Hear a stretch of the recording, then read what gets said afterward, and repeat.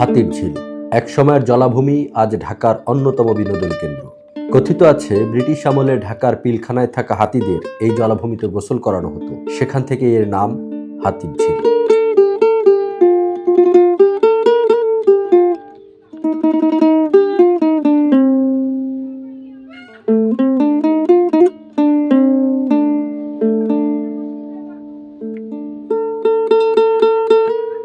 সময়ের সাথে সাথে এই এলাকায় হয়ে ওঠে অপরিকল্পিত বসতি, বস্তি আর দূষণের কেন্দ্র। ঢাকার দ্রুত বিস্তারের সাথে সাথে প্রয়োজন হয়ে পড়ে একটি আধুনিক নগর প্রকল্পের। 1995 সালের দিকে প্রথম হাতিরঝিল উন্নয়ন প্রকল্পের ধারণা আসে।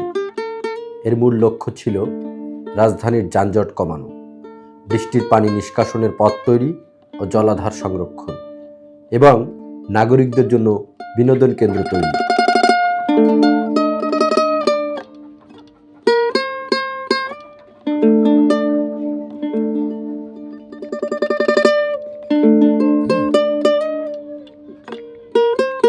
এই বিশাল প্রকল্পের নেতৃত্ব দেয় রাজধানী উন্নয়ন কর্তৃপক্ষ রাজুক।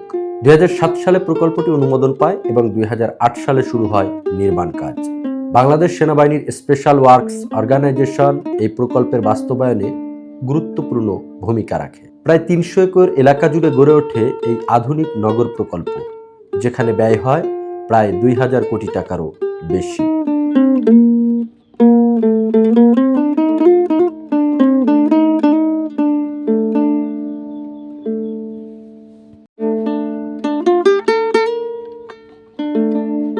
অবশেষে 2013 সালের 2 জানুয়ারি সাধারণ মানুষের জন্য উন্মুক্ত করা হয় হাতির ঝিল।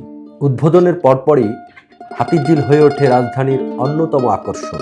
এখানে তৈরি হয় নান্দনিক সেতু ও ওয়াকওয়ে, লেকের উপর ভাসমান রাস্তা, অ্যাম্পি থিয়েটার, নৌবিহারের ব্যবস্থা, আলোকসজ্জা ও ফোয়ারা। রাতের আলো ঝলমলে হাতির ঝিল তখন ঢাকায় এক নতুন পরিচয় হয়ে ওঠে। শহরের কোলাহল থেকে একটু শান্তির খোঁজে প্রতিদিন হাজারো মানুষ ভিড় জমায় এই হাতির ঝিলে।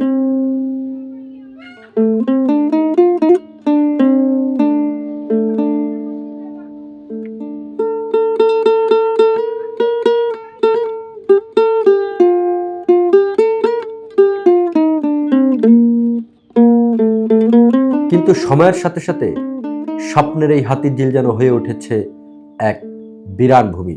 হাতির ঝিল হারাতে বসেছে তার জৌলুস। বর্তমানে অনেক জায়গায় আলোকসজ্জা নষ্ট, লাইট পোস্ট অকার্যকর, লেকের পানি মারাত্মক দূষিত, নিরাপত্তার কোনো বালাই নেই। ফলে সন্ধ্যার পর অনেক জায়গা হয়ে পড়ে অন্ধকার ও ঝুঁকিপূর্ণ। রাজধানীর ফুসফুস খ্যাত হাতির ঝিল অনেকটা বিরান ভূমিতে রূপ নিয়েছে। পুরো হাতির ঝিল ঘুরে আমরা একটি মাত্র বৈদ্যুতিক বাতির দেখা পেয়েছি, যেখানে সামান্য কিছু আলো আছে। কিন্তু পুরো হাতির ঝিলটা একটি ঘুটঘুটে পরিবেশ। রাজুকের অনেকটা উদাসীনতায় এই পুরো বৈদ্যুতিক যে বিজলি বাতি, ব্রিজের যে বাতিগুলো রয়েছে সবগুলো নষ্ট হয়ে গেছে অথবা বন্ধ রয়েছে। আর এই অন্ধকারজনিত সমস্যার কারণে নানা রকম নিরাপত্তার বিঘ্ন ঘটছে, বিভিন্ন রকম ছিনতাই, নানা রকম দুর্ঘটনা প্রায় ঘটছে। রাজুকের আসলে দায়বদ্ধতা নিয়ে এখানে প্রশ্ন তোলা যেতেই পারে। পুরো হাতির ঝিল আমাদের সাথে দেখতে থাকুন।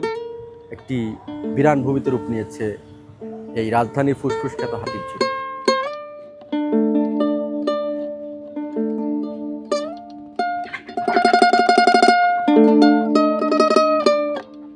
স্থানীয়দের অভিযোগ, অন্ধকারের সুযোগে প্রায় ঘটে ছিনতাই, চুরি কিংবা নানান অপরাধমূলক কর্মকাণ্ড।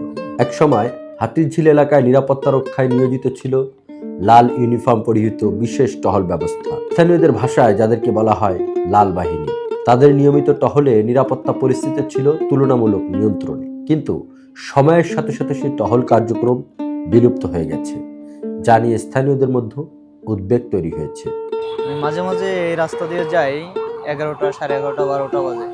তখন দেখি একটু ভয় ভয় কাজ করে যে ছিনতাইকারী ধরে কিনা, মোবাইল টোবাইল টাকা টুকা নিয়ে যায় কিনা, এর একটু ভয় কাজ করে যেহেতু অন্ধকার। নগর পরিকল্পনাবিদদের মতে হাতির ঝিল শুধু একটি বিনোদন কেন্দ্র নয়, এটি ঢাকার জলাধার সংরক্ষণ এবং ড্রেনেজ ব্যবস্থার গুরুত্বপূর্ণ অংশ। যেটা হচ্ছে হাতির ঝিল রাজধানীর বুকে সবচেয়ে গুরুত্বপূর্ণ এরিয়া। এখানে হাঁটাচলা করতে ইদানিং প্রবলেম হচ্ছে লাইটগুলো অফ।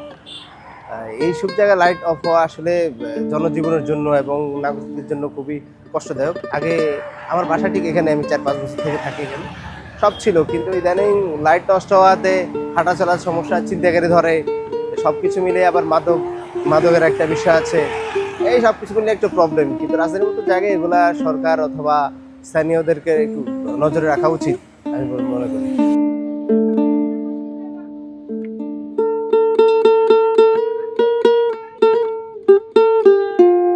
তাই এই প্রকল্পকে কার্যকর রাখতে হলে প্রয়োজন নিয়মিত রক্ষণাবেক্ষণ, জোরালো নিরাপত্তা ব্যবস্থা, পরিবেশ সংরক্ষণ এবং সমন্বিত নগর ব্যবস্থাপনা।